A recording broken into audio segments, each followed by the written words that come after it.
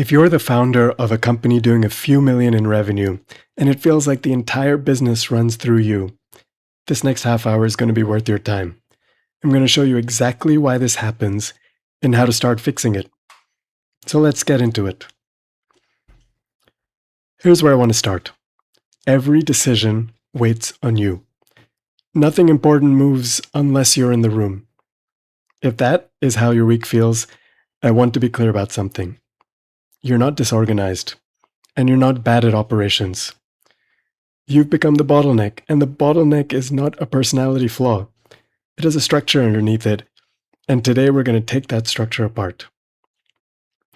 Before we do, here's where this can go. These are a few founders who felt exactly like you do right now.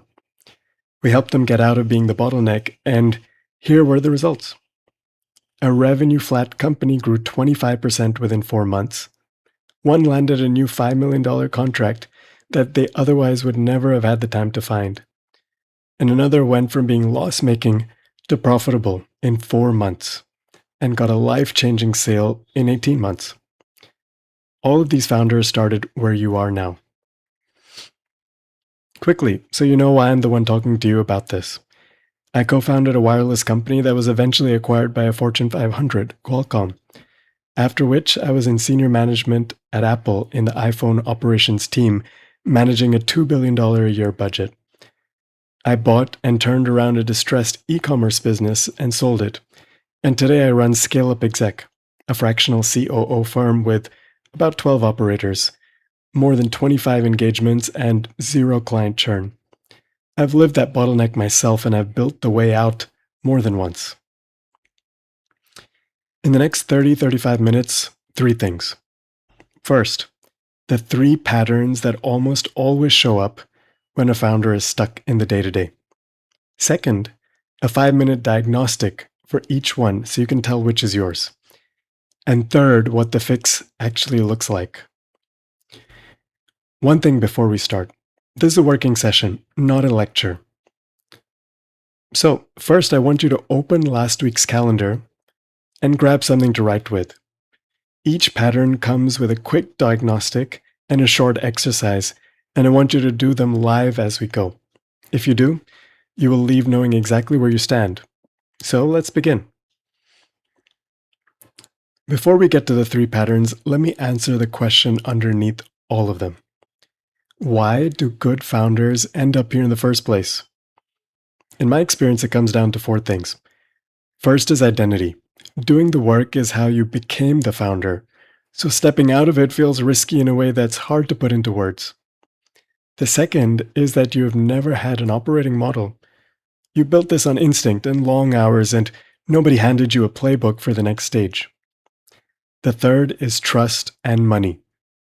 There's a quiet fear that the team will drop the ball, and it gets tangled up with a budget you think only stretches to a full-time senior hire. And fourth, the one that almost nobody names, is that there's no forcing function. Maybe you don't have a board. Maybe a coach can advise you, but a coach is not accountable for the result. So nothing in your world actually forces the bottleneck to break. Keep those 4 in the back of your mind. Now, let me show you the 3 patterns they create. Pattern 1 of 3. I call it the decision funnel. Every decision in the business routes through you. Let me show you what that looks like and the quick test to know if it is you. Here's the pattern. Every decision, big or small, funnels up to you. Somewhere along the way, the default answer to, should I bring this to the founder, became yes. And here's why it happens. It's mostly a missing operating model with a trust gap on top. Nobody ever sat the team down and said, these decisions are yours, you don't need me for them. So by default, all of them became yours. It's not that your team cannot decide, it's that no one ever drew the line for them. Let's test it. This is the calendar audit, the first section on your worksheet. So open that worksheet up right now. I want you to actually do this with me. So open last week's calendar. Now go through every meeting and every significant thread on email or Slack, and put one letter next to it. D, if a decision got made and you were the one who made it. I, if a decision got made and you were only informed. N, if there was no decision, just discussion or a status update. Go ahead, take your time, and I want you to right now to pause this recording until you're done. I'll give a quick little pause here myself. As soon as you're ready, hit play again. Okay, hope that was fruitful. Now tally them up on the worksheet. Your D total, your I total, your N total, and then work out what percentage of the total are Ds. If more than 60% of them are D, you are the decision funnel. And honestly, most founders who do this land at 75 or maybe even a bit higher. I want you to hear this clearly. This is not a judgment on you. It's just math telling you where the work is piling up. Okay, so what's the fix? Here's the thing nobody tells you. You can't just walk into a room and tell your team to take more ownership. That's a feeling, not an instruction. You have to hand them an actual map of what they're allowed to own. We do that with something called a decision rights matrix. It's a living document that sorts decisions by risk and by dollar amount. This is what the team decides on their own. This is what they check with you first. And this small setup here is what generally needs your sign-off. Once that map exists, the funnel starts to drain on its own because people finally know where the line is. So let me make this real. We worked with a financial services firm called ScaleUpExec. The founder, Randy, was personally involved in every single client decision, probably not unlike many of you here. And more than half the revenue sat in just 2 clients. So Randy was not only the bottleneck, he was a concentration risk. If he stepped away, the relationship stepped away with him. So we built the decision rights matrix. We developed a senior team to own those relationships directly, and we moved Randy into an advisor role on the top accounts while having him focus on new business.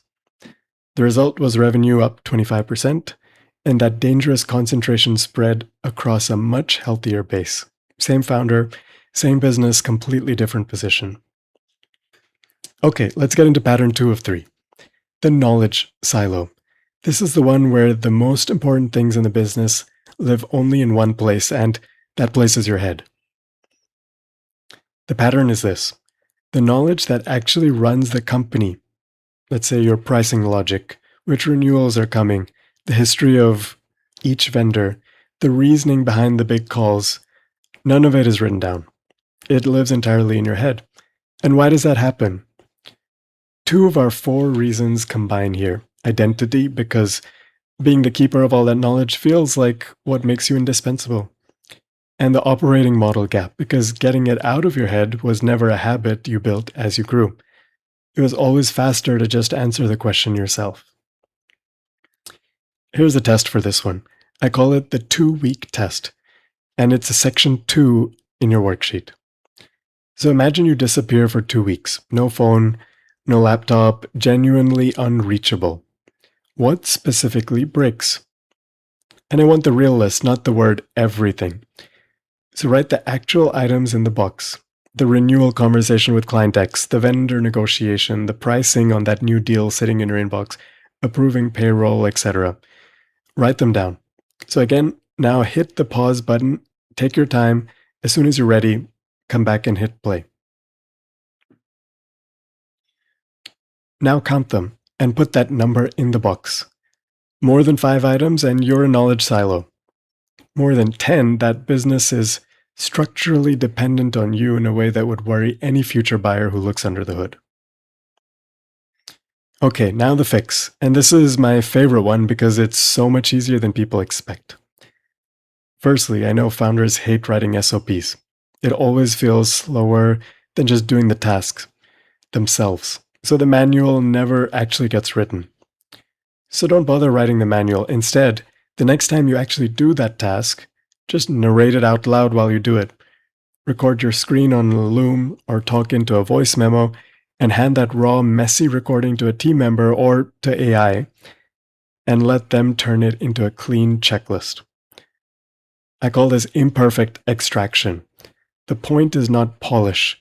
The point is getting it out of your head and onto something someone else can follow.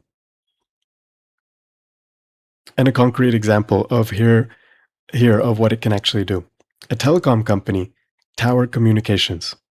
When we came in, they had 4 negative quarters in a row, and the books were closing about 28 days after the quarter actually ended, which means the numbers they were always looking at were a quarter stale by the time anybody saw them. And Laura, the founder, was the only person with a full operational picture in her head. Overhead was stuck at about $425K a month. So we extracted that operational and financial visibility out of our head and into shared dashboards the whole team could see and take real action against. Books started closing in 7 days. Overhead came down to $320K a month. Revenue was up 30%, gross margins up 66%, and about 18 months later, we got them to a successful exit. So it was a major turnaround. And that's the difference that can happen when knowledge is trapped in one head versus knowledge is across the whole company and everybody can act on it. Okay, pattern 3 of 3, the firefighting circle. This is the one where you are permanently reacting and you never quite get to the work that actually matters. You know this pattern by the sentence you keep saying to yourself, I'll get to the strategic work right after this current crunch. But that crunch never really ends. There's always another fire. And why does this happen? It's mostly that fourth reason, the missing forcing function. Nobody's reviewing the early warning signs on any kind of schedule, so the problems stay invisible right up until the moment they're fully on fire. You're not reacting because you like reacting. You're reacting because nothing in the system shows you the problem early. Let's test this one too. So open up section 3 on your worksheet. Think back to the last 3 fires you personally put out, the real ones, the ones that ate into your week. Write each one in the left column. Then for each, answer just one question in the right column. When did the first warning signal actually exist? And be honest with yourself here, because almost every time that signal existed weeks earlier. Maybe there was an email, a number, a KPI, a comment from someone that you can now see was actually that first smoke. And again, take your time here and pause the recording. As soon as you're done, hit play again. Okay, here's the line I want you to sit with. The fire was never the real problem. The missed signal was. If you cannot see the signal coming, you don't have a firefighting problem. You actually have a visibility problem, and visibility is something we can build. So how do we build it? The reasons fires happen is that teams watch lagging indicators, let's say the end of month P&L. But by the time the problem shows up on that spreadsheet, the house is already burning. It's a smoke alarm that goes off after the fire is out. The fix is what I call a forward-looking cadence. It's short, weekly leadership meeting that reviews just 3 to 5 leading indicators, things that tell you what is coming, not what already happened. Your top of funnel pipeline, a 13-week rolling cash forecast, your support ticket volume in customer service. When you watch these, the right numbers every single week, the fires start announcing themselves while they're still just smoke. And you get to handle them on your own terms. So let me close out the patterns with one more example. A multi-location medical practice. The numbers here are the story. Combined receivables came down 40%, delayed claims dropped by 92%, margin improved by 6.5 points, which put them back into profit. But what I want you to hear is what actually drove those numbers, because it was not the same heroic effort. It was one thing. We installed a weekly forward-looking cadence on their leading indicators, their collections, their claim status, Their margin, that one habit, is what turned month-end surprises into early signals they could act on. The cadence did the work. So now you've seen all three: the decision funnel, the knowledge silo, and the firefighting cycle. And here's what I've learned watching this across a lot of founders. Most people don't have all three equally. There's usually one dominant pattern, and it tends to be the one driving the other two. So take a second here. Be honest with yourself. Which one is yours? Go down to the verdict box on your worksheet, check the one that is dominant for you, and write in the matching fix next to it. That one line is going to be the most useful thing you take away from today.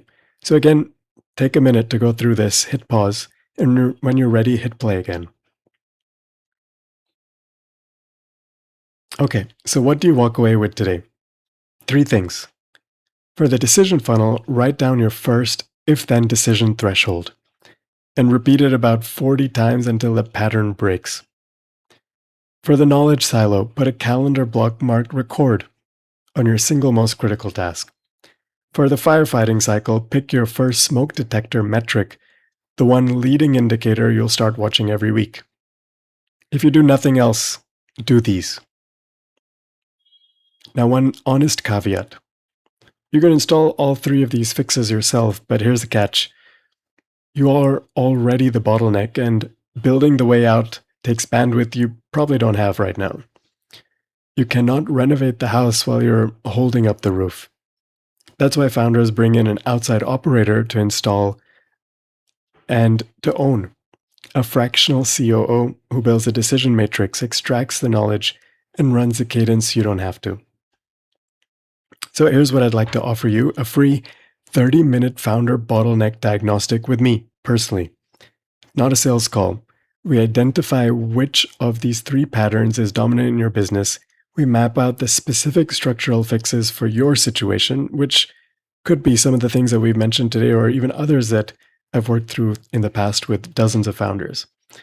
And by the end of the call, you'll leave with an actionable plan, whether you ever talk or work with us again. And to make that call 10 times more useful, make sure you fill out the worksheet we went through in this webinar prior to our call together. So, 2 things you should know about why this is not a sales call. First, I run every one of these calls myself. No pitch, no package. If the answer is you don't need us, here's what to do yourself. That's what you'll hear. Second, we only work where there's a clean match. The reason we have 0 client churn is that this call is how we figure out together whether there's actually a real fit. This is what happens when somebody actually owns the install. ScaleUpExec, up 25% in revenue, with the founder out of daily ops. Tower Communications, from loss-making to successful exit in 18 months. A medical practice, receivables down 40%. And across more than 25 engagements, 0 client churn. That's a difference that focused, owned execution makes. It's not magic, it's just someone whose only job is to build the way out. So, here's your next step. Book your free founder bottleneck diagnostic. The link is on the screen right below this video, or you can just go to scaleupexec.com/contact. No payment, no commitment, 30 minutes with me personally. So let's figure out which pattern is yours and get you out of that bottleneck. Thanks for watching, and I'll see you on the call.